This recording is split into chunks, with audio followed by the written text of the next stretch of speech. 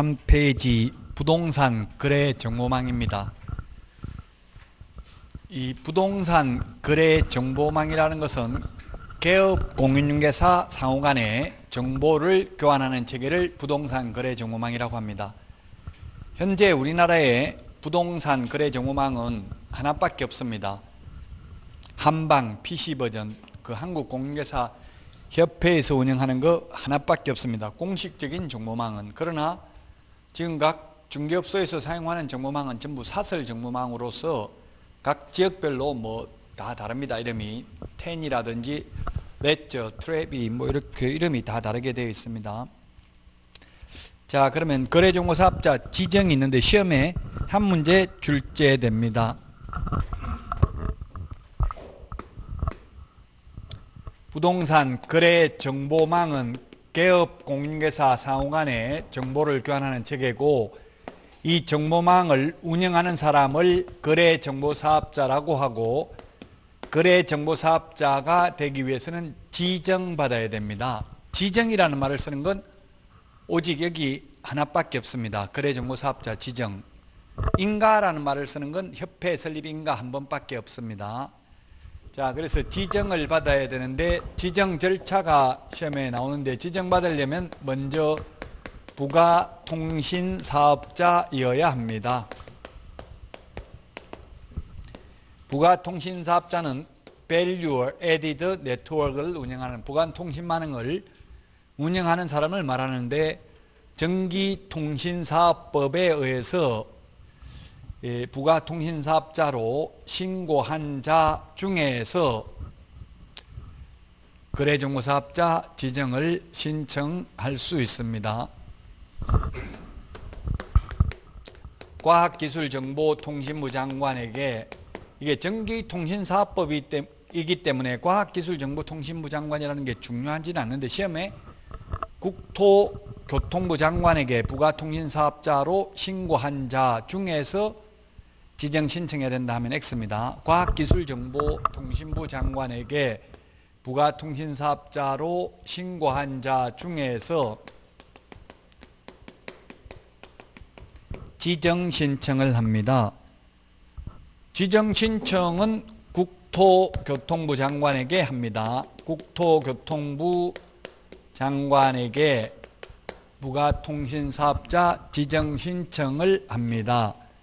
그러면 지정 신청을 받은 국토교통부 장관은 30일 이내에 지정서를 교부합니다. 지정 요건이 맞으면 지정서를 교부하고, 지정 요건을 갖추지 못하면 반려하겠죠? 30일 이내입니다. 지정서 숫자 30일 중요합니다. 30일 이내에 지정서를 교부해야 되고, 그 다음에 지정서 교부받고 나면은 3개월 이내에, 역시 3개월 숫자 중요하죠. 3개월 이내에 운영규정을 제정하여 국토부 장관, 국토교통부 장관 승인을 얻어야 됩니다. 국토교통부 장관 승인입니다. 지정 신청도 국토교통부 장관입니다. 과학기술정보통신부 장관은 부가통신사업자 신고를 과학기술정보통신부 장관에게 한다는 이야기입니다. 자, 무조건 지정을 해주는 게 아니라 지정 요건을 갖춰야 됩니다. 지정 요건. 지정 요건은 4가지입니다. 지정 요건은 4가지가 있다. 지정 요건은 4가지가 있고, 그 다음에 지정 신청 서류는 5가지입니다. 우리 핵심 비교 정리 프린트는 7번? 네, 7번에 있습니다. 7번에 있는데, 먼저 지정받으려면은 첫 번째, 전국적으로 500명 이상 이용가입 신청을 해야 되고, 이 500명 중에는 2개 이상의 시도에서 각각 30명 이상 이용가입 신청을 해야 됩니다. 그래서 이 숫자가 중요한데 5 빼기 2는 3이라고 했어요. 전국적으로 500명 이상, 2개 이상의 시도에서 각각 30명 이상이 있어야 된다. 5 빼기 2는 3이다. 그 다음에 두 번째는 정보 처리 기사. 정보 처리 기사 2인이 아니고 1인 이상 있어야 됩니다. 제가 잠깐 2라고 생각한 게 옛날엔 2명이었거든요. 이게 바뀌었어요. 많이 완화됐어요. 옛날에 2,500명이었다가 제가 건의해가지고 너무 힘들다 하니까 1,000명으로 바꿨다가 지금 500명이에요. 사실 지금 500명도 어려워요. 회사 차리기도 전에 미리 500명 등록증 사본을 제출해야 되거든요. 그래서 지금 현재 한국공인중개사협회 하나밖에 없고요. 세대한공인중개사협회도 못하는 거예요. 이거 만들지를 못하는 거예요. 정보 처리 기사인데 기능사, 산업기사 X입니다. 기사고요. 1인 이상입니다. 2인 이상 X 이렇게 출제됐고요. 그 다음에 공인중개사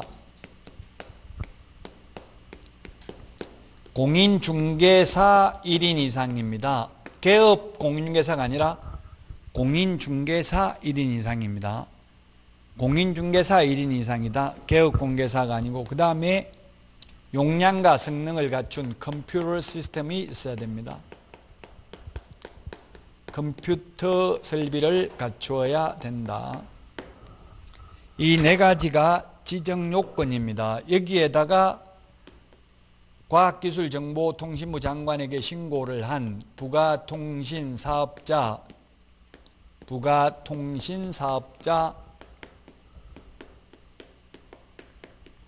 신고 필증이 있어야 됩니다. 이게 바로 과학기술정보통신부 장관에게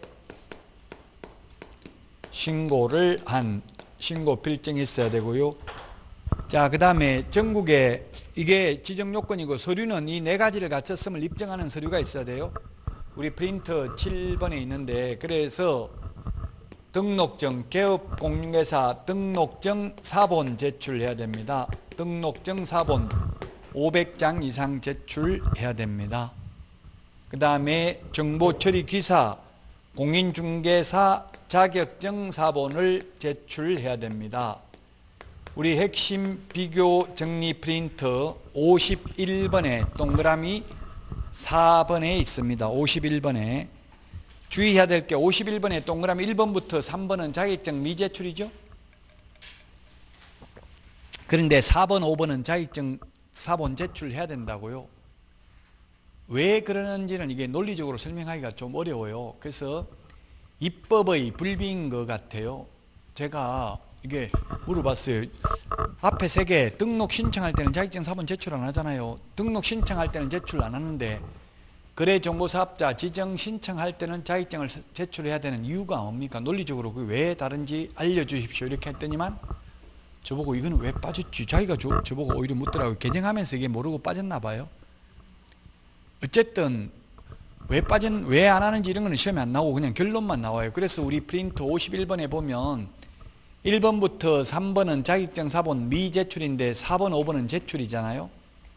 그냥 그 결론을 기억해야 돼요. 그래서 입법의 불비로 판단이 되지만 법 만들 때 모르고 빠졌다고 생각되지만 어쨌든 제출해야 됩니다. 여기는 사실 거의 제출 안 했다는 게 전산화되어 있기 때문에 행정전산망을 통해서 다 자격증 있는지 여부를 확인할 수 있거든요. 주민등록번호만 입력하면. 그럼에도 불구하고 여기는 제출해야 된다. 그 다음에 용량과 성능을 갖췄음을 입증하는 서류 제출해야 됩니다. 컴퓨터. 이게 지정 요건입니다. 자, 핵심적인 거는 다 했는데 우리 교과서를 보고 다시 보충하면 143페이지 그 맨 밑에 있는 표 그림이 우리 지금 칠판에 그린 내용이죠. 자, 그래서 그 바로 위에 143페이지 1, 2, 3, 4 지정 요건 4가지 5 빼기 동그라미 1번 5 빼기 2는 3이다. 그리고 500 이게 30인 글씨체 진하게 돼 있죠. 숫자 중요하다고요. 동그라미 2번 정보처리 기사 1명입니다. 기능사 X, 2명 X. 그 다음에 공인중개사 1명입니다. 개업공개사 1명이 아니라 이상입니다. 그 다음에 용량과 성능을 갖췄음을 입증하는 서류 143페이지. 자, 그 다음에 144페이지 맨 위에 양가로 2번 구비서류 5개 지정 요건 4가지를 갖췄음을 입증하는 서류와 함께 이제 과학기술정보통신부 장관에게 신고한 신고 필정까지 합하면 서류가 되겠습니다. 자, 그 다음에 양가로 3번 144페이지 양가로 3번에 첫 번째 줄 30일, 아까 숫자 30일 중요하다고 했죠. 30일 이내 지정서를 교부하고요. 그 다음에 양가로 4번은 첫 번째 줄 3개월 이내 운영규정 제정하여 승인받습니다. 3개월 이내. 그 3개월 이내인데 그 밑에 동그라미 1, 2, 3, 4 중요하지 않습니다. 이거는. 즉 운영규정에 들어가야 될 내용은 중요한 게 아니고 3개월이라는 게 중요하다고요. 3개월. 자, 우리 프린터 3개월이 몇 번에 있습니까? 43번에 2번에 있죠? 43번에 2번. 43번에 2번 밑줄 치놓으시고요. 43번에 2번에 있습니다. 3개월 이내입니다. 자, 그 다음에 개업공개사의 정보공개 및 통보입니다. 양가로 5번에 보면 개업공개사는 부동산 거래 정보망에 중개사물에 관한 정보를 거짓으로 공개해서는 아니되며 위반하면 6개월 이하의 업무정지고요. 그 다음에 거래가 이루어진 때는 지체 없이 당해 거래정보사업자에게 통보해야 된다. 이를 위반하면 역시 6개월 이하의 업무정지인데 구체적 기준은 3개월이라고 되어 있어요. 업무정지 구체적 기준이 있다고 했죠. 구체적 기준은 시행규칙 구체적 기준은 3개월입니다. 자, 그 다음에 145페이지 거래정보사업자 지정 취소 사유. 취소를 할 수 있는 사유가 양가로 6번에 있는데 우리 프린터는 거래정보사업자 지정 취소할 수 있는 거 8번 핵심 비교 정리 프린터 8번에 있습니다. 암기 프린터 8번. 지정 취소 사유 8번에 있는데 부운정 1회 5개입니다. 부운정 1회 같이 시작. 8번에 있습니다. 거짓 부정한 방법으로 지정받은 경우 지정을 취소할 수 있다. 운영규정을 위반하면 지정 취소할 수 있고 또한 500만 원 이하의 과태료를 병과할 수 있고요. 정보 거짓 공개하면 지정 취소할 수 있고 1년 이하의 징역이나 1,000만 원 이하의 벌금에 처할 수 있다. 지정받은 날로부터 1년 이내에 정보망을 설치 운영하지 않는 경우 1년인데 시험에 2년 6개월 2번씩 시험에 출제를 했습니다. 공인중개사법은 특별히 기초지식 수학적 기초가 있어야 되는 거 아니에요. 그냥 단순히 암기하는 게 많아요. 2차 과목은 대체로 암기하는 게 많아요. 1차도 이제 암기라고 하면 거부감을 느끼기 때문에 다 이해하라고 저도 TV에 EBS 나가서 강의할 때는 그냥 이해하면 됩니다. 말은 그렇게 했어요. 그러나 실제 시험 보려면 나중에는 막판은 암기를 해야 돼요. 어느 정도. 1차도 이해 다 하고 풀라고 하면 시간이 없어서 못 풀어요. 민법도 학개론도 일부 거의 다 암기해야 되는 게 많아요. 이해 안 되면 암기하고 암기 안 되면 이해하고 둘 중에 하나를 하다 보면 하나는 돼요. 그래도 해도 지금 수학적 기초가 전혀 없는데 학개론 계산하는 거 안 될 수 있어요. 포기해야 돼요. 그거는. 학개론 계산 잘하는 분들이 거의 다 학개론 떨어졌어요. 학개론 때문에. 왜? 계산하는 거 재미있어가지고 제가 아는 수학선생 후배도 계산하는 거 재미있어서 또 풀어보고 하다가 고등학교 수학선생이거든요. 떨어졌어요. 그래가지고. 그래서 오히려 못 푸는 게 나을 수도 있어요. 계산기 쓸 시간 없어요. 그냥 찍으면 돼요. 찍을 때 어떻게 찍냐면은 원래 시험이 1, 2, 3, 4, 5지선다행이면 1번, 2번, 3번, 4번, 5번 이렇게 돼 있으면 각각 8문제씩 나와요. 공인중개사법은. 1번 8개, 2번 8개 이렇게. 그럼 내가 이때까지 풀어놓은 게 보니까 1번이 지금 9개 있어요. 근데 찍을 때 또 1, 1, 1, 1 이렇게 찍으면 거의 다 틀린 가능성이 있어요. 내가 이때까지 푸는 건 다 맞다고 해야지 되죠. 나를 믿지 않으면 누구를 믿겠어요. 내가 한 건 다 맞다고 보고 찍어야 돼. 그럼 최고 적은 숫자 나와 있는 그거 그냥 한 번에 다 찍어버리면 돼요. 그럼 한 7문제, 6문제 나오면 4문제 저 맞춰봤어요. 찍어가지고 4문제. 그러니까 거의 하나로 찍는 게 좋아요. 하나를 찍으면 확률적으로 4개 중에 1개는 맞잖아요. 그러니까 지금 전혀 수학적 기초가 안 되면 학개론 계산하는 거 포기하는 게 좋을 수도 있어요. 지금 1년 동안 수학적 기초 해가지고 하는 게 거의 불가능하더라고요. 아니면 그냥 그 보기 1, 2, 3, 4, 5번 나와 있는 것 중에서 과거에 그런 게 공인중개사법에 나온 적이 있어요. 예를 들면 5천만 원짜리 지금 토지가 있는데 1년에 10% 오르면 2년 후에 이건 얼마로 오를 것인가, 미래가치, future value, 미래가치, 뭐 현재가치 이런 거 구하는 게 나왔어요. 이거 현재 뭐 계산하는 거 공식에 하면 학계로는 엄청나게 복잡하더라고요. future value는 1 플러스 R에 뭐 N성 이런 거 이렇게 복잡하게 돼 있어요. 그럼 N이 2년 후죠. 2년 후고 1이 R이 뭐예요? 이게 이율이니까 레이시오 이율이네. 이율이니까 10%니까 0.1이잖아요. 그럼 0.1 더하기 1 하면 1.1 분의 자성인데 이거 뭐 어떻게 하는지 이거 1.1 곱하기 1.1인데 계산하기 엄청나게 힘들어요. 계산기에 하도 어떻게 하는지 잘 몰라요. 일반 계산기 가지고. 이렇게 하면 떨어질 가능성이 많다고 풀고 앉았다가 그냥 저는 이렇게 풀었어요. 이게 제가 옛날에 시험 볼 때 이렇게 나왔더라고. 그래서 그냥 5천만 원이면 1년에 10% 오르면 500만 원 올랐다. 그러면 1년 후에 얼마 올랐어요? 5,500이고 또 5,500에서 또 10% 오르면 550만 원 올랐으니까 6,050만 원. 이 답입니다. 이 계산하면 1 플러스 R의 N승 계산하면 계산기 가지고 계산하면 6,050만 원 나와요. 그냥 암산으로 하는 게 더 빠를 수도 있어요. 공식 열심히 암기는 해놓고. 저도 수학 잘 못해요. 저 원래 수학 잘했어요. 엄청나게 잘했는데 어느 날 갑자기 도시에서 저 혼자 자취하는데 눈이 나빠져서 아버지 보고 시골에 안경 맞춰달라고 하니까 어디 금방지게 순산 안경 끼지 네가 안경 끼냐고. 절대 안 된다 해서 1년 동안 안경 없이 수업을 못 들었어요. 봐도 뭐 안 보이니까. 그래가지고 영어나 국어 이런 건 안 들어도 나중에 따라가면 되던데 수학은 1년 딱 수업 안 들으니까 못 따라가겠더라고요. 그래서 그 뒤로부터는 지금 수학을 못해요.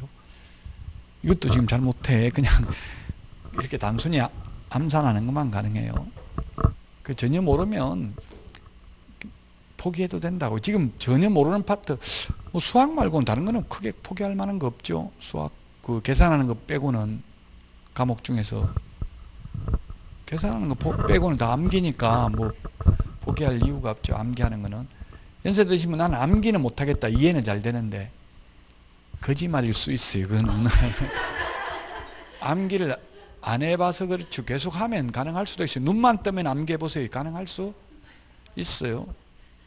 지금 그 배우들 80 넘은 배우들도 다 대본 암기해요. 눈만 뜨면 계속 보니까. 최불암도 암기해요. 80 넘었는데. 예, 대본을. 물론 최불암은 한국인 밥상 이런 거는 대본 없어도 그냥 대충 보고 말하면 되는 그런 거이기는 한데 암기 가능하다고.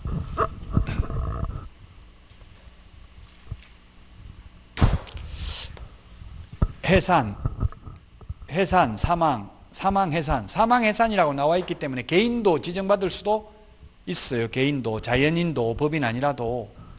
현재는 법인도 지정 못 받아가지고 한국공인중개사협회 하나밖에 없다고 했죠. 개인이 나 지금 부동산 거래 정보망 운영할 건데 등록증 500장 달라고 하면 줄 사람 있어요, 없어요? 알지도 못한 사람 사무소 차에 다니면 이거 사기꾼 아니냐 이렇게 생각하고 오히려 주지도 않아요. 그래서 지정받은 업체가 하나밖에 없다고. 공식적으로는 뭐 지정받은 업체 몇 개냐 시험에 묻지 않아요. 어쨌든 지금 하나밖에 없고요. 다 나머지는 사설 정보망이다. 자, 그 다음에 양가로 7번입니다. 145페이지. 1년 이하의 진행이나 1,000만 원 이하의 벌금. 조금 전에 거짓 정보 공개했죠. 그 다음에 동그라미 2번. 운영규정 위반하면 500만 원 이하의 과태료입니다. 원래 처음에 법을 만들 때 개인은 100만 원 이하의 과태료, 법인은 500만 원 이하의 과태료였어요. 거래정보사업자도 사실상 법인이라고 봐야 되겠죠. 개인도 지정받을 수 있지만 개인은 현실적으로는 없잖아요. 왜? 법인은 돈 많으니까 500만 원, 개인은 옛날에 1983년도 법 제정할 때는 100만 원이 컸어요. 근데 지금은 100만 원, 뭐 전 국민에게 기본소득 100만 원씩 준다고 해도 저는 받고 싶은데 지금 반대가 더 많더라고요, 여론은. 저한테 물어봤으면 찬성한다 할 텐데 왜 반대하는지 모르겠어요. 그거 해봐야 뭐 돈 50억도 안 되던데 100만 원씩 다 줘봐야 5천만 100만 원 주면 50억이잖아요. 전 국민 50억밖에 안 돼요. 4대강 사업하는데 30억 정도, 30조 정도 들어갔는데 50조 들어간다고. 50조. 왜냐하면 그걸 현금으로 주는 게 아니라 지역화폐로 줌으로써 지역경제를 활성화시켜야 된다는 이야기. 지금 식당 같은 데 안 되잖아요, 장사가.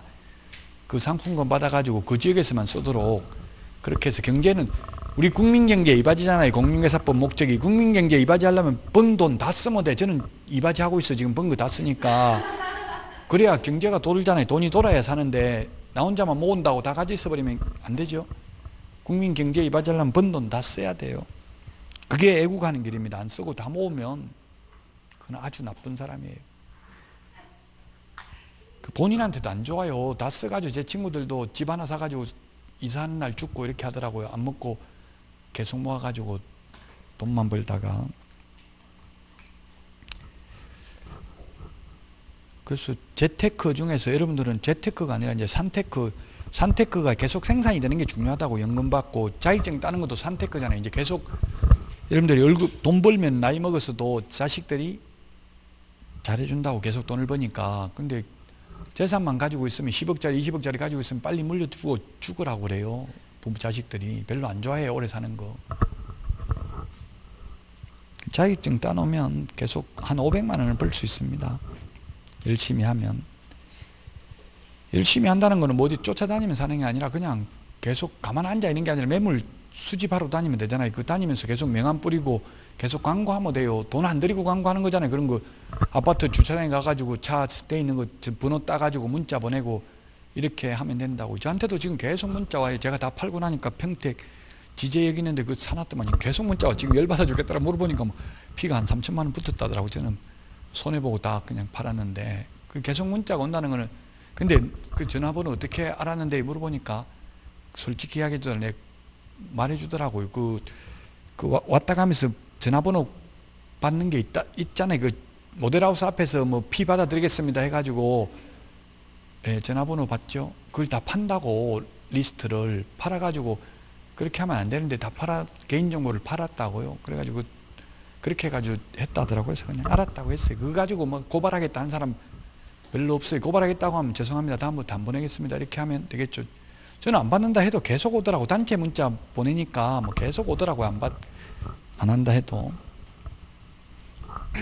그런 식으로 여러분들도 그 차에 전화번호 붙어 있으면 그 아파트에 살면 그 아파트 사람이잖아요. 그 뭐 팔아라 사라 이런 말 하지 말고 그냥 코로나 조심하세요. 예를 들면 이런 거 해가지고 그냥 해피콜 보내면 된다고. 그냥 우연히 아는 것처럼 해가지고 밑에 행복부동산 이렇게 해가지고 보내면. 그래가 일주일에 한 번, 한 달에 한 번. 저한테도 그렇게 월요일만 보낸 사람도 있고요. 매월 초에 1일 날 보낸 사람이 있고. 그런 식으로 계속 보내다 보면 잊어먹고 있다가 다음에 내놓으려고 하면 그 맨날 오는 부동산 내놓을 가능성이 많다고 전화해가지고. 그런 식으로 계속 노력을 해야 된다고요. 개업을 하면. 가만히 앉아 있으면 안 되고. 물론 뭐 가장 좋은 거는 돈 내고 광고하는 게 가장 좋은데 네이버 광고 별로 안 비싸요. 한 건 매물 하는데 몇천 원, 2, 3천 원도 안 해요. 한 건 내놓는데 한 달에 뭐 한 10건 정도 예를 들어서 매물 올리고 그냥 6개월 올리고 이런 식으로 해서 몇십만 원 이런 식으로 받거든요. 매물 올리는 거. 요즘은 네이버하고 직거래를 하는 게 아니에요. 중소업체 뭐 닥터아파트라든지 뭐 이런 거 부동산 뱅크 114 뭐 이런 거 통해서 조이스랜드 이런 걸 통해서 올려요.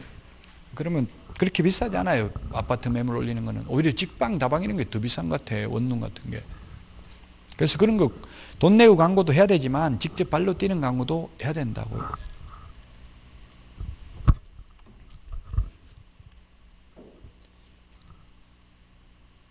자, 그 다음에 양가로 8번 이용 효과 이런 거는 시험에 우리는 법 시험이니까 취지, 효과, 의의 이런 거는 시험에 나오지는 않습니다. 근데 읽어보면 아무래도 이해하는 데 도움은 될 거예요. 이해가 안 되는 분은. 자, 문제 146페이지 문제를 풀어보면서 역으로 이제 어떻게 공부해야 되는지를 알 수 있습니다. 옳은 것은 했는데 1번 거래정보사업자로 지정받기 위해서 신청서를 제출하는 경우 공인중개사 자격증 원본을 첨부해야 된다. 원본이 아니고 4번입니다. 원본은 지금 중개업 하면 중개사무소에 계셔야 되고 그렇잖아요. 4번 제출하면 됩니다. 4번. 그 우리 프린터 51번에 동그라미 4번에 있죠. 51번에 동그라미 4번. 우리 프린터 여기에서 80% 이상 적중한다고 해서 두 장에서 두 장 계속 보라고. 눈만 뜨면 보면 돼. 매일은 못 보니까 그냥 그날 수업 들은 날이라도 좀 보시라고요. 안 그러면 이거 어떻게 암기합니까? 도저히 못하겠습니다. 이렇게 하던데 그냥 아무 생각 없이 한번 적어보세요. 한 페이지에 하나씩 한 번호씩. 다른 학원에 보니까 그렇게 많이 하더라고. 노트에 1번 1페이지, 2번에 2페이지 이렇게 해가지고 56페이지까지 노트를 계속 써보더라고요. 일주일에 한 권씩 쓴다더라고. 그렇게 하니까 한 달만 쓰니까 뭐 다 기억난다더라고요. 계속 반복하는 수밖에 없어요. 어떻게 하든지 간에. 2번은 14일 이내가 아니라 며칠 이내라고 했어요. 30일, 14일 X, 30일. 3번은 임차인 성명 공개해야 된다. 아까 전속중개계약 정보 공개할 때 의뢰인의 주소, 성명 등 인적사항에 관한 정보는 공개하여서는 아니 된다. 임대차인 경우 공시지가를 공개하지 아니할 수 있다. 해도 되고 안 해도 되고 인적사항은 하면 안 된다고요. 인적사항 하면 안 되는 이유가 인적사항 공개해버리면 직접 의뢰인한테 전화해가지고 계약해버리면 계약공개사가 중개보수를 받을 수가 없기 때문에 그래요. 자, 그 다음에 4번입니다. 거래정보사업자로 지정받은 법인이 해산하여 정보망 설치 운영이 불가능한 경우 지정을 취소하여야 한다가 아니라 지정 취소는 모두 할 수 있다. 맞죠? 4번. 지정 취소는 할 수 있습니다. 하여야 한다가 아니고. 그래서 그 우리 프린터 8번에 보면 거래정보사업자 지정 취소 사유 이렇게 적어놨는데 임의적 취소, 그 밑에 여백이 있는데 임의적 취소라고 해놓으세요. 반드시 취소가 아니라 임의적 취소. 지정 취소, 자격 정지, 업무 정지는 하여야 한다가 아니라 할 수 있습니다. 5번 거래정보사업자는 반드시 개업공개사한테 의뢰받은 정보에 한하여 공개해야 됩니다. 의뢰인하고 직접 내통하면 안 됩니다. 그러면 개업공개사가 중개보수를 받을 수가 없기 때문에 그렇습니다.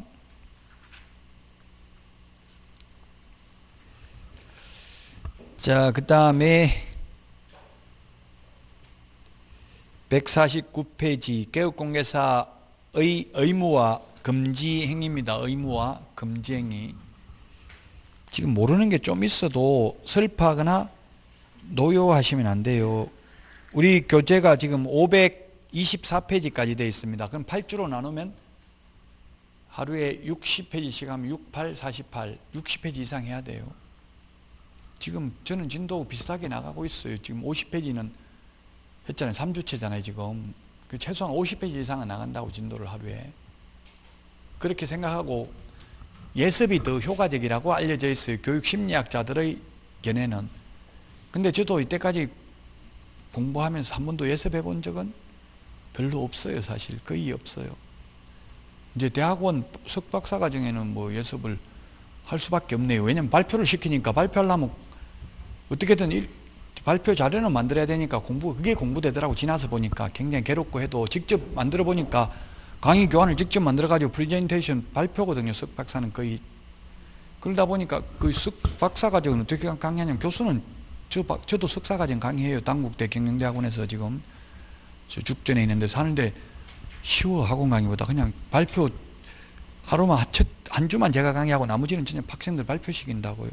시켜놓고 기분 나쁘면 왜 그딴 식으로 발표하냐 이렇게 하고 뭐 왜 각주도 안 달고 누구 출처도 안 밝혔냐 이렇게 해가지고 혼내고 기분 좋으면 잘했습니다 하고 이렇게 뭐 커피라도 여기 하나 사다 놓고 그러면 잘했다 하고 칭찬하고 안 그러면 짜증나고 막 이렇게 그게 끝이에요. 그냥 석박사는 쉬워요. 강의하기.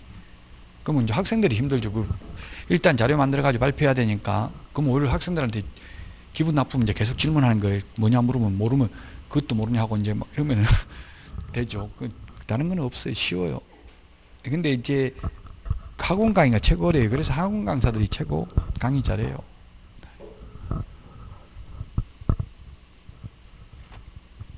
여러분들도 이제 자격증 따고 나면 프로필 관리를 해야 됩니다. 석박사 하시려면 저한테 이야기하세요. 아니면 뭐 대학교 가고 싶으면 사이버대 가면 되니까 지금 코로나 이런 거 있어도 저는 사이버대 강의하니까 전혀 신경 쓸 필요가 없어요. 학교 안 가도 되고 다 녹화 다 해놓고 그냥 이미 다 녹화 다 해놨어요. 시작하기 전에. 그럼 인터넷으로 그냥 계속 그 15주 강의해요. 15주 강의하는데 기말고사 빼면 14주 강의해요. 14주 하면 42강 녹화해놨어요. 42강. 42강 해요. 근데 25분 해요. 1시간이 25분. 인터넷으로 하면 1시간 우리 학원 강의처럼 1시간씩 이렇게 집중을 못해요. 그래서 사이버 대학은 25분 강의해요. 1시간이. 25분 전후로 20분도 하고 30분도 해요. 오세요. 좋으면 하면 돼요. 대학 나오고도 많이 편입해가지고 해요. 3학년 때.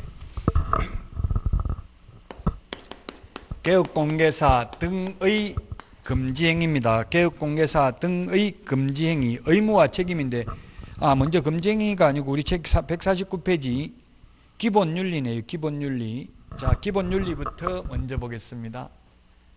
기본윤리.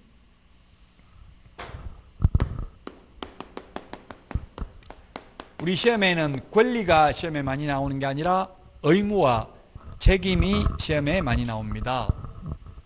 왜냐하면 국민들을 위해서 있는 거니까. 개업공개사는 의무를 지켜야 돼. 뭐뭐 해야 된다. 하지 말아야 된다. 그런 거 의무가 시험에 많이 나온다. 기본윤리가 있는데 개업공개사와 소속공개사는 전문 직업인으로서 품위를 유지하고 신의와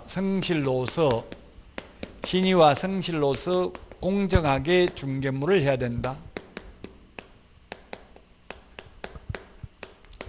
공정하게 중개물을 해야 된다. 그 다음에 선량한 관리자의 주요무를 부담해야 된다. 비밀 준수해야 된다.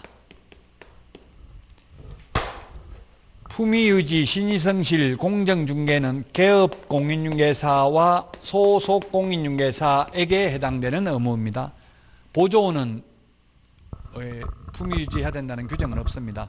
우리 시험에 품위 손상하는 게 뭔지 시험에 안 나옵니다. 그냥 단순히 이 세 개는 개공과 소공에게만 해당되고 보조원에게는 규정이 없다는 것만 기억하면 됩니다. 선량한 관리자의 주요문, 요거는 공인중개사법에는 없는데 판례가 인정하고 있습니다. 판례가. 그래서 이 대표적인 선관주의무 판례가 뭐냐면 남의 물건 팔아먹었을 때 진정한 매도인이 맞는지 신분증하고 등기사항증명서와 등기필 정보를 확인해야 된다. 이게 선관주의무입니다.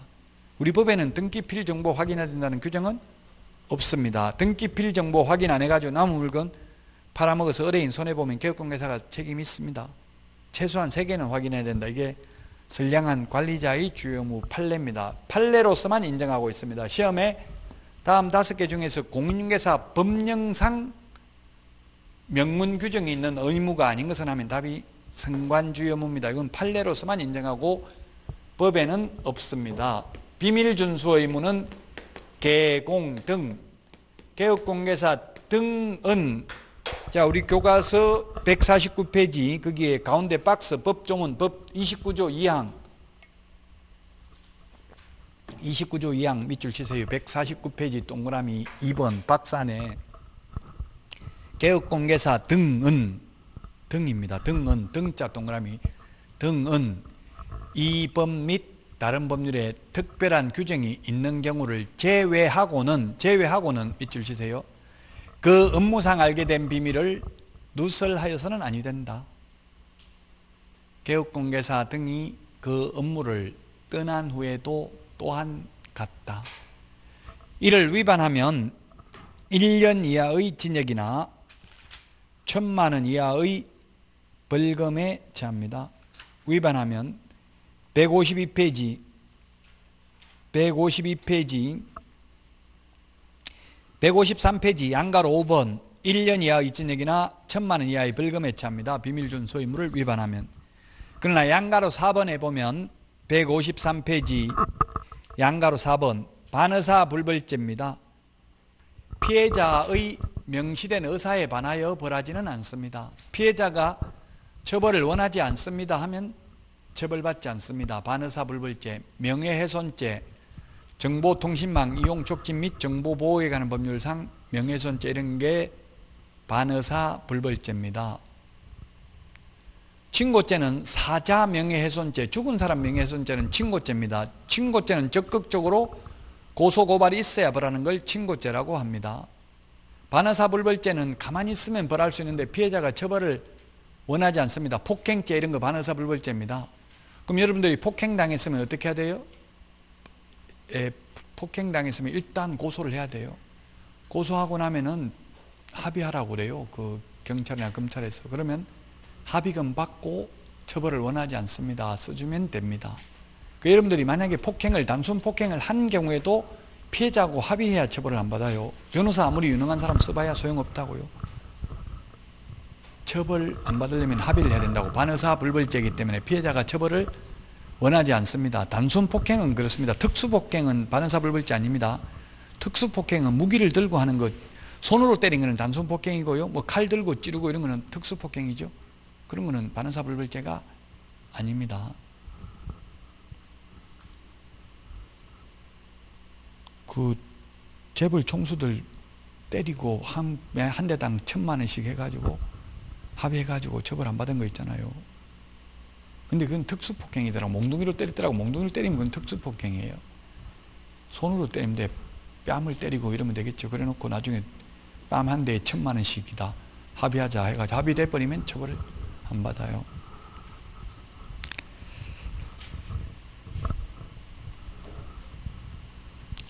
저도 못 때리겠더라고. 와이프가 한번 때리봐라. 좀 이혼 좀 하게 한번 때리봐라. 이렇게 하는데 무서워서 못 때리겠더라고요. 나이 먹어가지고 뭐 이혼하면 남자만 불쌍하다 해서 자꾸 이렇게 겁주면서 하니까 무서워서 못 때리겠더라고. 때리고 싶은데. 예, 반의사불벌죄입니다. 반의사불벌죄. 자, 그러면 다시 한번 보겠습니다. 아까 법 29조 2항 보고 한번 더 149페이지 메뉴 중간에 박스에 있었는데 시험에 보고 풀어보십시오. 보고 제가 문제 내보겠습니다. 개업 공인중개사는 비밀 지켜야 되지만 보조원은 비밀 안 지켜도 처벌 규정은 없다. X죠. 개업공개사 등에 보조원도 포함돼. 자, 그 다음에 개업공개사 등은 그 업무상 알게 된 비밀을 어떠한 경우에도 누설하여서는 아니 된다. 어떠한 경우에도 누설하여서는 아니 된다. X죠. 이 법 및 다른 법률에 특별한 규정이 있으면 누설해도 됩니다.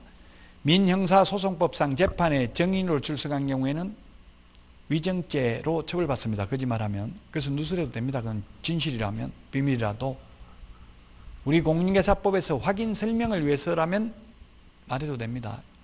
예를 들면 매도인이 살인사건이 나서 집을 팔아먹으려고 이거 비밀 지켜달라 해도 매수인한테 여기 살인사건이 있었던 집입니다. 말해도 됩니다. 처벌받지 않습니다. 왜? 확인 설명하게 돼 있잖아요. 그래서 살인사건 난 집은 팔아먹기 힘들죠. 다 지금 비어 있어요. 그러니까 사실개업공개사는 비밀 지켜달라 소리 안 해도 말하기 어렵죠. 현실적으로. 말 안 하면 또 확인 설명 위반으로 손해배상해야 돼요. 매수인한테. 그래서 골치 아파요. 현실적으로 그렇게 하면 돼. 좀 가격을, 이거는 사람들 알면 아무도 안 삽니다. 가격 싸게 해야 됩니다. 이렇게 해가지고 특약으로 급박한 사정으로 시세보다 싸게 계약하기로 함, 이런 걸 특약으로 밑에 계약서에 적어 놓으라고. 그러면 나중에 판사한테 가서 그래서 그 때문에 이거 싸게 하기로 한 거잖아요. 이렇게 하면 어느 정도 설득력이 있어요. 판사가 판결문을 보니까 이렇게 해놨더라고요. 다른 거래와 비춰볼 때 특별히 가격이 싸지 않는다는 점, 특별히 싸지 않고 정상적으로 거래했다면 이거는 몰랐다는 이야기예요. 그래서 싸게 하면서 그 특약으로 그렇다고 싸게 했다고 살인사건으로 싸게 하면 이렇게 적으면 안 되겠죠. 뭐 급박한 사정으로, 뭐가 그리 급박한 사정인데 그때 다 설명드렸잖아요. 이거 그래서 싸게 했잖아요. 이러면 판사는 둘 다 거짓말하면 문서에 적혀 있는 걸 볼 가능성이 많거든요. 판사 앞에 가면 판사들이 그러더라고. 제 친구도 판사 있는데 이야기 들어보면 피해자하고 둘이 이야기 들어보면 완전히 정반대로 말한다고요. 누구 말이 맞는지 헷갈린대요. 실제로. 그럼 판사들은 그 사건 기록 검사가 작성한 신문조서 읽어볼까요? 안 읽어볼까요? 재판 들어오기 전에? 절대 안 읽는데요. 읽으면 선입관이 생기기 때문에 안 읽고 그냥 거기서 서로 이야기하는 걸 들어보고 그때 판단한대요. 처음에는 절대 안 읽는데요. 읽으면 선입관이 생기니까 완전히 저는 죄지었다는 전제하에서 웃게 되니까 판사가 질문하는 게 이게 어느 정도 심정 자기 마음속에 있는 걸 읽을 수 있더라고. 저도 저보고 돈 빌려줘가지고 못 받아가지고 사기죄를 고소했는데 저보고 그렇게 이자 많이 준다고 했으면 이상하지 않았어요. 저보고 묻더라고요. 정인으로 갔는데 안 이상했는데요 이렇게 했더니만 그건 저보고 이제 비정상 뭔가 그건 사기가 아니라 너도 충분히 인지할 수 있었는데 그걸 몰랐다는 이야기. 결국 무죄 나오더라고요. 그렇게 질문하는 거 보니까. 판사가 궁금하면 질문해요. 그게 사기인 줄 몰랐습니까? 그걸 그렇게 비정상적으로 하는데 이렇게 묻는다고. 그래서 돈 빌려줘가지고 못 받는 거 사기죄를 고소해도 90% 이상이 사기죄 성립하지 않아요. 이자 한 번이라도 주면 사기죄가 아니에요. 이자를 줬다는 건 내가 갚으려고 했는데 지금 돈이 없어 못 갚았는데 판사님 다음에 벌어서 갚겠습니다 하면 끝이에요. 한 번도 이자 안 갚으면 사기죄가 될 수도 있어요. 처음부터 갚을 의사가 없다고 보고. 근데 진짜 사기꾼들은 한 석 달 동안 이자 많이 줘요. 그 다음부터 안 준다고요. 한 석 달 주면 절대 사기죄가 성립하지 않죠. 자, 그래서 또 문제, 비밀을 준수해야 된다. 그러나 폐업하면 누설해도 된다. X입니다. 영원히 준수해야 됩니다. 그 업무를 떠난 후에도 또한 같습니다. 시험에 그 업무를 떠난 후에는 그러하지 아니하다. X입니다. 그 업무를 떠난 후에도 또한 준수해야 됩니다. 위반하면 1년 이하의 징역이나 1,000만 원 이하의 벌금이지만 피해자의 명시된 의사에 반하여는 벌하지 않습니다. 자, 그 다음에 153페이지 사무소 명칭 사용 의무입니다. 사무소 명칭 사용 의무 153, 154페이지. 그 다음에 양가로 3번 중개상물 표시광고가 있습니다.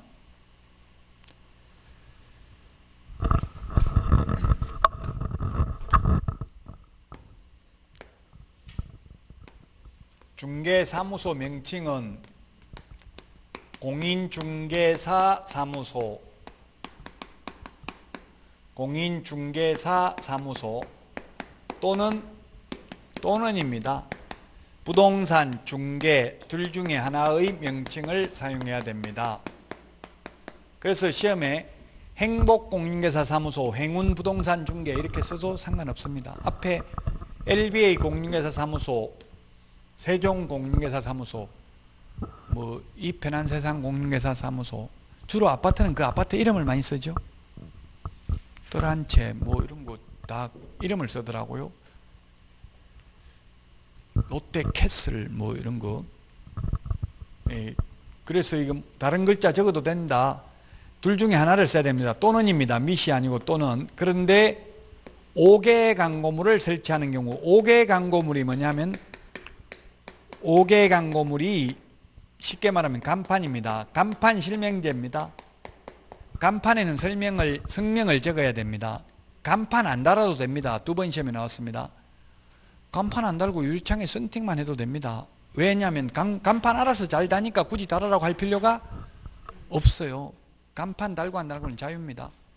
그래서 예를 들어서 공동사무소를 하면 간판 하나만 달아놔도 돼요. 밖에. 근데 등록증, 자격증 안에 계시는 둘 다 해야 되겠죠? 간판은 한 개만 달아도 됩니다. 간판 안 달아도 되니까. 단 간판을 설치하는 경우는 반드시 성명을 적어야 됩니다. 간판 실명제. 자, 그래서 이거는 벌칙만 기억하면 됩니다. 무등록자가, 즉 개업공개사가 아닌 자가 이런 명칭을 사용하거나 유사명칭을 사용하면 1년 이하 2천억이나 100만 원 이하의 벌금입니다. 그래서 트러스트 부동산이 옛날에 변호사가 할 때는 이런 유사명칭 사용금지로 부동산이라는 말 썼다고 500만 원 벌금이 고등법원에서 확정됐어요. 500만 원 이하의 500만 원 벌금이. 1000만 원 이하 벌금이니까 500만 원 선고할 수도 있죠. 500만 원 선고됐었습니다.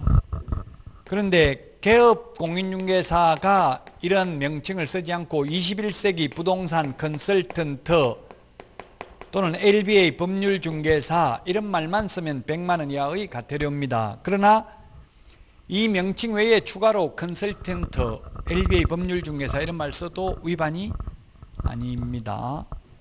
그 다음에 소위 중개인은 자격증 없죠. 중개인이 공인중개사 사무소라고 명칭을 사용하면 100만 원 이하의 과태료입니다. 중개인은 자격증이 없기 때문에 부동산 중개라는 말밖에 못 씁니다. 옛날 복덕방 하던 분들. 그 다음에 성명, 5개 광고물에 성명을 설치하지 않는 경우도 100만 원 이하의 과태료입니다. 자, 그 다음에 이게 사무소 명칭이고요. 표시광고 공정화에 관한 법률에 따른 표시광고 공정화에 관한 법률에 따른 표시광고 하는 경우 4가지 사항을 사용해야 됩니다. 써야 됩니다. 즉 임대문의 이런 거 플랜카드 같은 거 붙이려면은 사무소 명칭, 그 다음에 사무소 소재지, 그 다음에 연락처, 중개사무소 전화번호 또는 대표자 핸드폰 번호 또는 성명 또는이 아니고 미시네요. 성명, 개업공개사 성명 4가지를 광고할 때는 기재해야 됩니다. 플랜카드 이런 거 걸어놓은 거 있잖아요. 상가 셔터 문 내려놓고 임대문의. 옛날엔 주로 임대문의 해가지고 그냥 핸드폰 번호만 적어놨어요. 전화해보면 건물주가 아니라 전부 다 개업공개사죠. 그러면 안 된다고. 근데 건물주는 그냥 연락처만 적어도 돼. 개업공개사가 아니기 때문에. 건물주가 자기 건물 원룸 같은 거 임대하는 데는 보니까 주인 직접 임대해가지고 핸드폰 번호 건물에 많이 적어놨더라고. 벽에. 그런 거 봤죠. 원룸 다가구 원룸 같은 거. 근데 요즘은 많이 좀 없어진 편이에요. 옛날에 많이 했는데. 왜냐하면 범죄의 표적이 됐다고 건물주라는 거 알려주는 거잖아요. 그래서 세웠겠다고 해서 지하 내려오라고 해가지고 죽이고 이런 게 많이 사건 발생해가 요즘은 잘 안 해요. 그 괜히 중개보수 몇십만 원 아끼려다가 생명을 잃을 수도 있어요. 그 요즘은 중개보수에 많이 내놓는데 옛날에는 주인 직접 임대 이렇게 해가지고 많이 핸드폰 번호 적어놨었어요.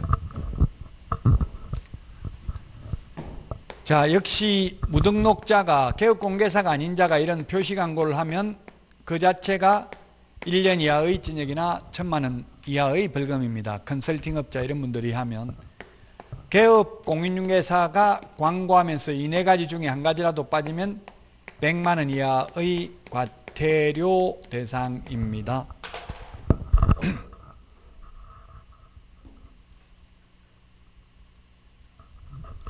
154페이지 양가로 3번까지 했고요. 양가로 4번입니다.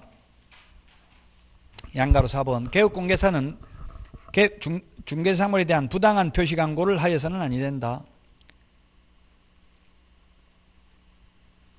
부동산 시장의 건전성이 훼손되는 것을 방지하고 인터넷을 통한 부동산 중개 이용자가 증가하는 현실 속에서 거짓 과장 광고로 인한 소비자의 피해를 방지하여 부동산 거래 가격 담합 등 부동산 시장의 건전한 거래 질서를 해치는 행위를 효율적으로 제재하기 위해서 중개사물에 대한 표시광고 시 준수사항을 추가하였다.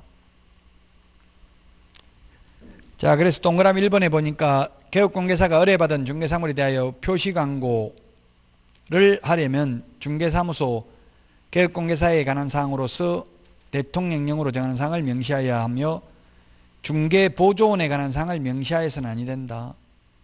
예, 중개보조원, 옛날에는 실장 이렇게 해서 이름을 개업공개사 이름 적고 담당 실장해서 추가로 넣어도 상관이 없었는데 이제 아예 중개보조원에 관한 사항은 명시하면 안 됩니다. 직방, 다방 이런 데 중개보조원이 매물 올려가지고 사기치는 게 굉장히 많아가지고 이런 게 신설된 겁니다. 중개보조원에 관한 사항은 표시하면 안 됩니다. 155페이지 맨 위에 동그라미 2번.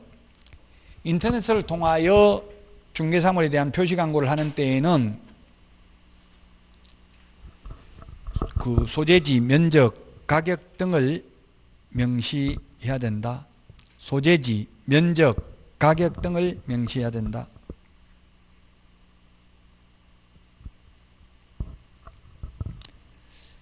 이를 위반하면 100만 원 이하의 과태료를 부과한다. 여기서 소재지는 그 중개대상물 소재지예요. 근데 이게 좀 문제가 있어요. 우리나라는 독점 중개가 아니기 때문에 집은 다 공개해버리면 직접 의뢰인이 찾아가 버리겠죠. 그래서 안 한다고요. 그냥 우리나라에서 어떻게 급매물, 전망굿, 올수리, 즉시 입주 가능, 로얄청 이렇게만 적어놨지 몇 동 몇 호 적어버리면 직접 가버리잖아요. 그래버리면 전속 중개계약이라도 스스로 발견한 상대방하고 하면 위약금도 못 받잖아요. 그 이게 지금 법을 만든 사람이 좀 이런 현실을 잘 몰라가지고 이렇게 만들었을 거예요. 그러니까 잘 안 지키게 되겠죠, 결국은. 사실 소재지를 정확하게 소재지면 지분까지 다 공개해야 되잖아요.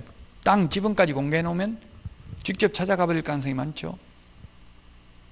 또 개업공개사에 적은 개업공개사에 개업공개사들이 남의 물건 빼돌리고 이런 게 많아요. 얼마 전에도 저한테 연락 왔더라고요. 계약금까지 다 보냈는데 다른 중개업소에서 600만 원 더 준다고 했나 봐요. 총 금액에다가. 중개보수가 600만 원이 넘으니까. 그러니까 그 잘못 계약금 받았다면서 자기 뭐 사이가 어디 했다고 다른 중개업소하고 하겠다. 그러니까 이 계약금, 가계약금 보낸 사람은 100 물어달라 하고 주인은 100 안 주려고 하고 지금 판례는 가계약금 보낸 상태에서는 대체로 100 물어주라 소리를 잘 안 해요. 그래서 돈 받은 사람이 매도인이 유리하다고요. 매도인은 그냥 받은 것만 돌려주려 하고 근데 사실 돈 지급한 사람은 못 돌려받죠. 그냥 떼이는 거죠. 남 통장에 들어간 거 안 주면 못 받잖아요. 돈 가지고 있는 사람이 유리하잖아요. 현실이 좀 그렇게 분쟁이 많이 생겨요. 그럼 개업공개사 상호간에 윤리를 지켜야 되는데 그런 거 없어요. 여러분들도 지금 학원 다닐 때는 그래도 같이 친하게 지내는데 현업에 나가면 다 적이 될 수도 있어요. 그게 가장 저는 힘들더라고. 뒤통수 치는 게. 친목해 하면 언니 술 한잔 해 하고 하다가 화장실 가면 전혀 나쁜 년 이렇게 하고 욕하고 있다가 또 화장실 갔다 오면 또 언니 또 한잔 해 하고 이렇게 돌변하는 모습을 보면서 너무 인간적인 고뇌에 쌓여 있다가 제가 폐업했어요. 무서워서 저는 화장실도 못 가는 거예요. 저 욕할까봐 가고 나면.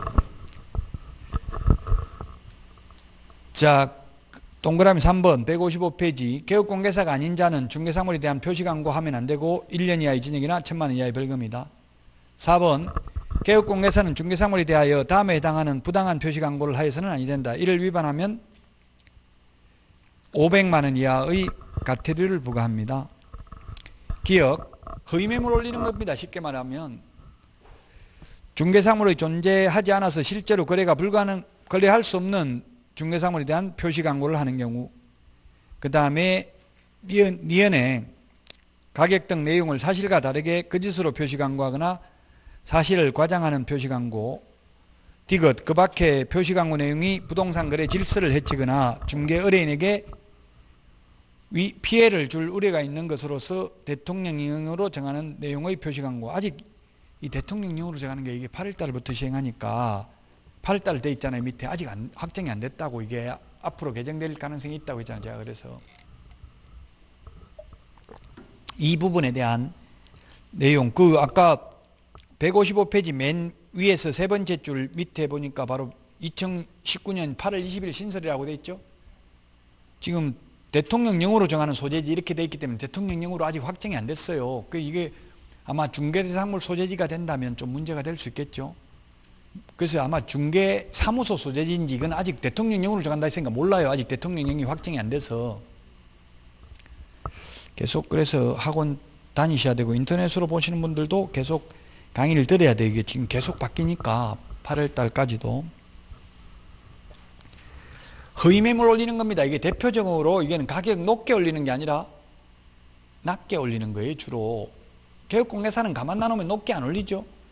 왜냐하면 손님들이 보고 그 중에서 최고 싼 데 전화한단 말이에요. 똑같은 매물이 올라와 있으면.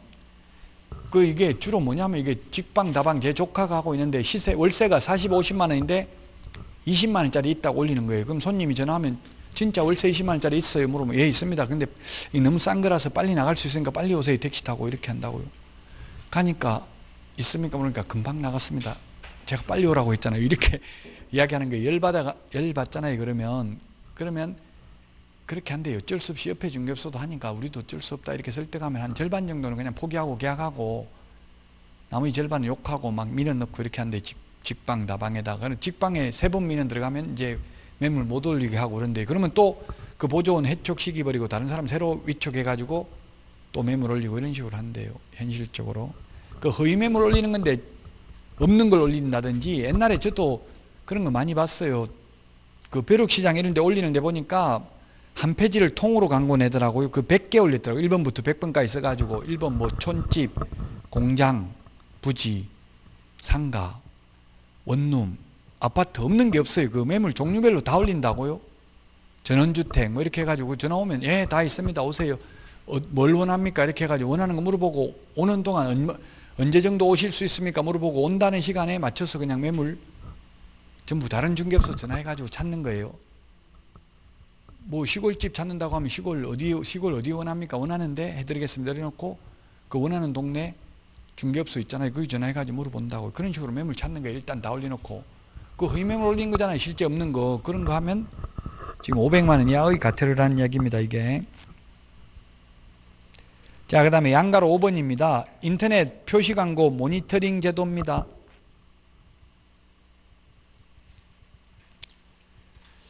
그 인터넷 광고 올린 거 모니터링 한다는 거, 모니터, 텔레비전 모니터 이런 말 하잖아요. 그 지켜보고 있다가 위반했는지 안 했는지 감시한다 이런 말이죠. 감시한다고 하면 좀 이상하게 어감이 별로 안 좋으니까 모니터링 한다 이 말인데, 어찌 보면 일종의 감시입니다. 감시. 자, 1번에 보면 국토교통부 장관은 인터넷을 이용한 중개사물에 대한 표시광고가 법을 준수하는지 여부를 모니터링할 수 있다. 즉 감시할 수 있다 이 말이에요. 모니터, 컴퓨터 화면 쳐다보고 매물 올라온 거 다 확인할 수 있다 이 말입니다. 2번 국토교통부 장관은 모니터링을 위하여 필요한 때에는 정보통신 서비스 제공자, 즉 직방, 다방 이런 겁니다. 자, 정보통신 서비스 제공자에게 관련 자료의 제출을 요구할 수 있다. 이 경우 관련 자료의 제출을 요구받은 정보통신 서비스 제공자는 정당한 사유 없으면 이에 따라야 되고요. 따르지 않는 경우에는 500만 원 이하의 과태료입니다.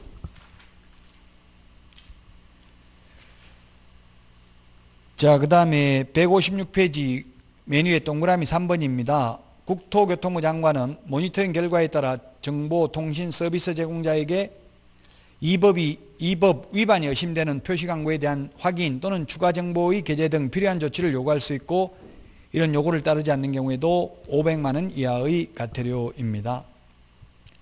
4번 국토교통부 장관은 제1항에 따른 모니터링 업무를 대통령령으로 정하는 기관에 위탁할 수 있고, 지금 대통령령 이거는 확정됐습니다. 한국감정원에 위탁할 수 있습니다. 예산의 범위 안에서 필요한 지원을 할 수 있습니다. 자, 양가로 6번 불이행에 대한 제재입니다. 동그라미 2번 위반시 제재인데, 이 사무소 간판, 예를 들면 아까 사무소 명칭 표시 이런 걸 지켜야 되는데 21세기 부동산 컨설턴트 땅 이렇게 벌겋게 해놓고 이런 표시를 전혀 안 해놓으면 그 이행명령을 할 수 있겠죠. 빨리 제대로 간판 달아라 이렇게 하는데 말 안 들으면 행정대집행법에 의해서 대집행할 수 있습니다. 행정대집행법입니다. 쉽게 말하면 불법 간판 달고 있으면 간판 철거 명령 해도 따르지 않는 경우 행정대집행법입니다. 그 동그라미 2번 맨 뒤에 행정대집행법 밑줄 치놓으세요. 민사집행법에 의해서 대집행할 수 있다. X로 출제됐습니다. 민사집행법이 아니라 행정대집행법입니다. 이때까지 그 156페이지 맨 밑에 있는 거 벌칙 다 이야기했습니다. 157페이지 유사명칭 사용금지도 다 이야기를 했습니다. 유사명칭 사용금지 하면 뭐라고 했어요? 1년 이하의 전역이나 1,000만 원 이하의 벌금입니다. 개업공개사가 아닌 자가 공인중개사 사무소 또는 부동산 중개라는 명칭을 사용하거나 또는 개업공개사가 아닌 자가 표시광고를 한 경우 전부 1년 이하의 전역이나 1,000만 원 이하의 벌금에 처합니다. 158페이지까지 하고 다음 주에 하도록 하겠습니다. 158페이지 2번 문제 보겠습니다. 1번 문제는 제가 지난달에 다 30회 시험을 내드렸죠. 5문제씩. 그게 다 있기 때문에 2번 풀어보겠습니다. 옳은 것은 했는데 1번 공인중개사 등록을 하지 않고 그 사무소의 중개라는 명칭을 사용할 수 있다. 등록 안 하면 무등록자입니다. 무등록자가 이렇게 사용하면 1년 이하의 징역이나 1,000만 원 이하의 벌금이라고 했죠? 틀렸고 2번 공인중개사인 개업공개사가 법령에 따른 5개 광고문을 설치하는 경우 중개사무소 등록증에 표기된 개업공개사의 성명을 표기할 필요가 없다가 아니라 간판 실명됩니다. 표기해야 됩니다. 3번 이게 소위 중개인입니다. 부칙 제6조 2항의 개업공개사가 공개사 사무소라는 문자를 사용해서는 안 되죠. 사용하면 100만 원 이하의 과태료. 3번이 답입니다. 4번은 철거 명령했는데 따르지 않는 경우는 대집행할 수 있다고 했죠. 무슨 법에 의해서? 행정 대집행법에 의해서. 그래서 4번 틀렸고 5번 법인인 개업공개사가 의뢰받은 중개사물에 대하여 법령에 따른 표시광고를 하는 경우 대표자 성명을 표시할 의무가 없다 했는데 중개사물 표시광고 하는 경우 표시광고하는 거 이거 명칭, 소재지, 연락처, 성명 표기해야 됩니다. 법인인 경우 대표자 성명이 되겠죠. 예, 그래서 답은 3번이 되겠습니다. 자, 오늘 여기까지 하고 다음 주에 159페이지 등록증 등의 개시 의무부터 하겠습니다. 오늘 내드린 10문제 오늘 꼭 풀어보고 자료는 버리셔도 됩니다. 문제는. 건강관리 잘 하시고 다음 주에 찾아뵙도록 하겠습니다. 수고하셨습니다.